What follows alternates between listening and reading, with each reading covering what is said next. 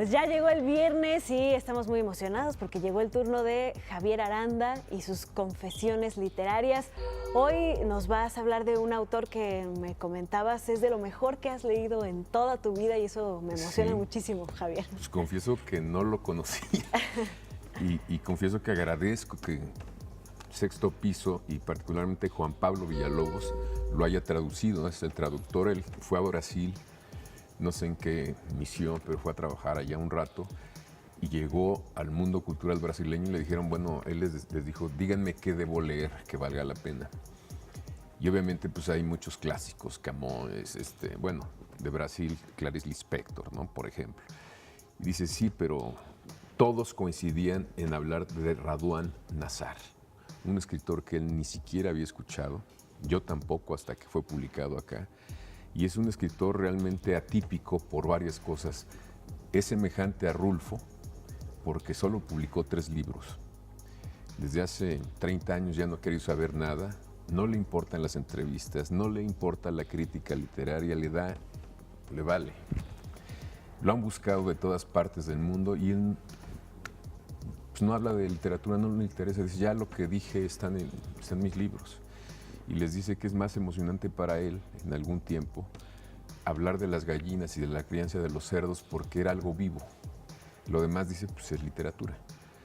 Y es un personaje rarísimo porque estudió filosofía, derecho, escribe su primer libro que es Labranza Arcaica, que es una prosa muy condensada, una prosa poética, es una prosa de esas que te van jalando a la historia y no sabes exactamente a dónde vas, pero sientes que hay mucha intensidad desde las primeras líneas. Entonces, así construye sus historias, son historias breves, pero de una intensidad tan fuerte que la cabeza del lector pues, empieza a imaginarse escenas, atar cabos, y te das cuenta a medida que pasan las líneas y las páginas que simplemente es algo que no te habías enfrentado a él. Yo creo que los grandes escritores te muestran siempre al mundo por primera vez. Mo Yan, por ejemplo, lo hizo el chino desde su perspectiva. Raduan Nazar nos está mostrando ese mundo que creemos conocer, que es el mundo del campo, que es el mundo de la labranza y que no conocemos realmente. Hay una tensión increíble, unas imágenes que son indescriptibles porque la prosa las va construyendo, impulsando y picando la imaginación del lector. ¿Cuáles son los temas más o menos que aborda normalmente? Pues es los temas de siempre. En este caso de Labranza Arcaica, pues es el hijo pródigo. Es el hijo que no soporta el peso de un padre autoritario, que es hijo a su vez de un árabe, de un viejo árabe que tiene muchas enseñanzas, pero que él interpreta de una manera autoritaria y el protagonista huye del padre, o sea, no lo soporta. Y es terrible porque hay una imagen, por ejemplo, que te pinta muy bien cómo era el papá. Del lado siniestro, al lado a su izquierda, estaban los hijos que no quería. Y del lado diestro, a la diestra del padre, como dice la Biblia, estaban a los que prefería. Entonces era estar marcando a este padre todo el tiempo el deber ser según él. Y era a partir de su óptica, que era criticable por la sociedad y por el hijo que huye. Entonces, esta tensión entre el padre, el hijo, el resto de la familia, te deja ver cosas que te hacen pensar en que uno va arrastrando la infancia sin darse cuenta y a veces somos como el elefante que toda la vida o 20 años tuvo amarrada con una cadena, una pata, y cuando se la quitan no camina, no se mueve, sigue atado al mismo lugar.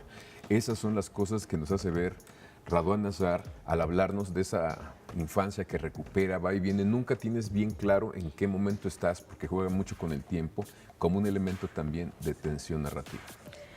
Javier, pues me gustaría también preguntarte si detectaste algunas influencias o cómo podemos más o menos ubicar a Raduan Nazar. Vamos a hacer una breve pausa y si quieres cuando regresemos seguimos platicando. Claro. Estamos en Interfaz y estamos platicando con Javier Aranda.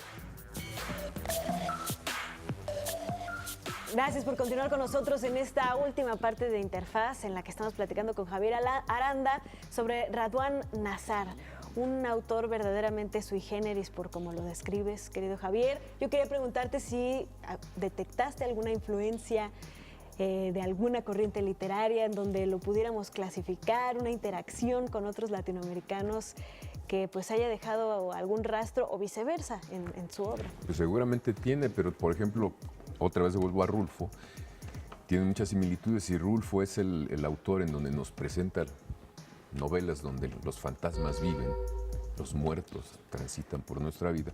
Yo estaba pensando ahorita que Raduan Nazar, en esta novela, La Labranza Arcaica, nos presenta sombras, esas sombras que vemos pasar y que somos nosotros mismos. No nos hemos dado cuenta, pero somos las sombras de ese pasado que fue la infancia. Raduan Nazar seguramente, bueno, por lo que he leído, es un gran lector de los clásicos, estudió literatura, y derecho, seguramente leyó a Rulfo, pero es muy difícil a este tipo de escritores seguirles la pista. Por ejemplo, Francisco Cervantes decía, digamos, te da muchas muestras de que podía ser cierto, que Lernet Joleinia había impactado mucho la imaginación de Juan Rulfo. Yo me imagino que habrá algunos autores no muy frecuentados por nosotros que tuvieron influencia en Raduan Nazar, pero de entrada veo el tono bíblico que La Labranza Arcaica lo tiene clarísimo, no solo por el tema del hijo pródigo, sino por el tipo de prosa que te va marcando cosas, ¿no? Pero es un personaje único, o sea, no parece que no tiene antes ni después, aunque sí todos abrevan de su tradición, ¿no? Claro. ¿Viste también alguna pues indicio de su entorno, es decir, el entorno social brasileño? Le importa mucho el entorno. Él es, a pesar de ser como un ermitaño, es un escritor, un poeta, porque si tú lees su prosa es poesía, muy preocupado por su entorno. Él, por ejemplo, escribe 3 libros, después se dedica a ser granjero, tiene animales, se dedica a la creencia de animales y dice que lo más emocionante es criar gallinas más que literatura. Hace una gran empresa, digamos, como granja, y después de 20 o 30 años decide venderla, pero simplemente para ponerle un precio, que son como $3,5 millones de dólares. Y eso le sirve para decirle a una universidad rural que le dona toda la granja para que los estudiantes tengan un laboratorio y empiecen a producir ellos en algo en concreto.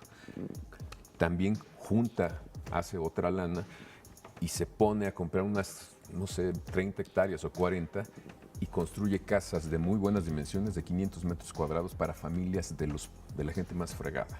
Maestros también, si cuestan 10 pesos, pon tú, se las vende a 5 y les ayuda con materiales para construir. Es un tipo realmente atípico que sorprende mucho que haya tenido proyectos como, uno los ve como aislados, pero en realidad no lo son. Cuando le dan el premio Camões, se dedica a criticar las políticas neoliberales de los gobiernos brasileños.